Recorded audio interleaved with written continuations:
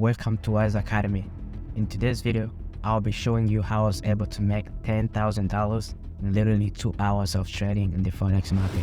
So if you want to learn how to do exactly what I did, make sure you watch the entire video and do not skip any part of the video because every information that I'm giving is important. So every time when I'm trading Nasdaq, I always start my analysis on the high time frame. I start either on a weekly or on a daily time frame. Prefer to start my analysis on a daily time frame because the weekly time frame does not provide me enough information. I can see like on a daily time frame, the market structure is actually bearish, which means we might actually have more chances of winning sell trade than actually buys. But if you look closely, we have a support zone that has not been broken for literally since September of last year. So like this support zone is really strong. It looks like it's really strong. So when the market is actually at that support zone, what I'm gonna be looking for is going to be buys only, because the market has not showed any sign of breaking that support zone for probably the last 5 or 6 months or so. So I'm not gonna be selling, even though the market is actually telling me that the structure is actually bearish. What I did today when I came to the chart and I saw like the market is actually rejecting the support zone, this support zone that has not been broken in the last 6 months. What I did, I went down to the lower time frame and actually tried to find entries for buys only. For this time, I was not looking for sales. I was only looking for buys because I had my confluence for that. After seeing the market like this, what I did, I went down to the H4 time frame just to confirm it. As you can see on the H4 time frame, you can see the market is kind of shifting from the bearish structure to the bullish side. So I didn't have enough data right now, so like what I did, I went down to the H1 time frame just to actually have a better view. As you can see now on the H1 time frame, the chart looks much cleaner and we can actually see exactly what the market is trying to do. What I have right now is I have a head and shoulder. If you guys don't know what a head and shoulder is, so a head and shoulder is a pattern that happened in the market, and every time that pattern happens, that means the market is about to shift. So if the market was actually trending bullish and you see a head and shoulder, that means the market is probably about to start trading bearish. So for this instance, the market was trending bearish and we see a head and shoulder on the H1 time frame. That means the market has a high chance of actually shifting its trend to actually bullish. So I'm gonna show you guys what I mean about with saying head and shoulder. So we have a shoulder, we have the head right here, and we have the shoulder right here. As you can see, we have the shoulder down here, head, and then the shoulder again. So every time we see a pattern like this on a downtrend, that means the market has a high chance of actually shifting, of actually reversing, of changing the trend. So when I saw this, that was my second confluence added to the bag. Knowing that I have two confluences, I just had to go down to the lower time frame and find my entry.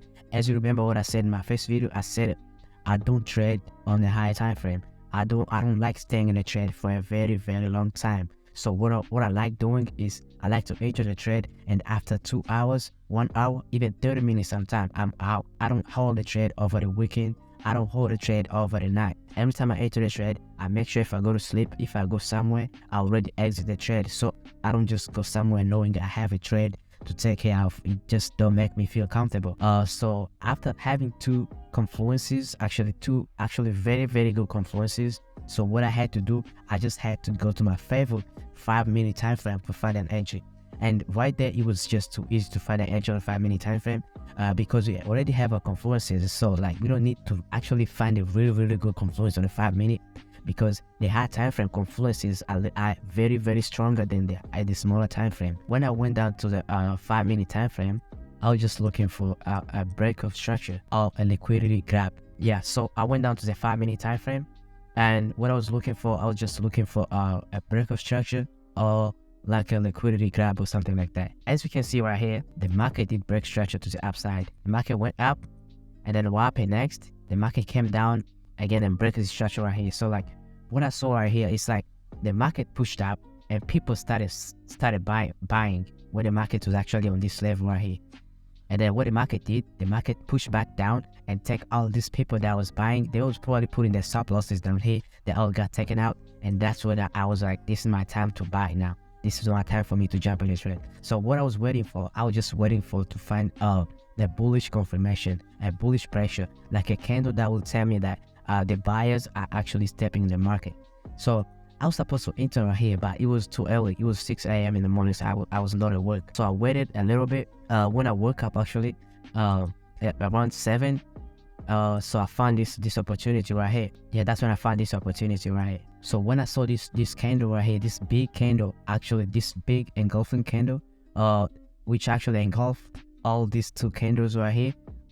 So I knew that was time for me to enter the trade, because I already have all my confluences.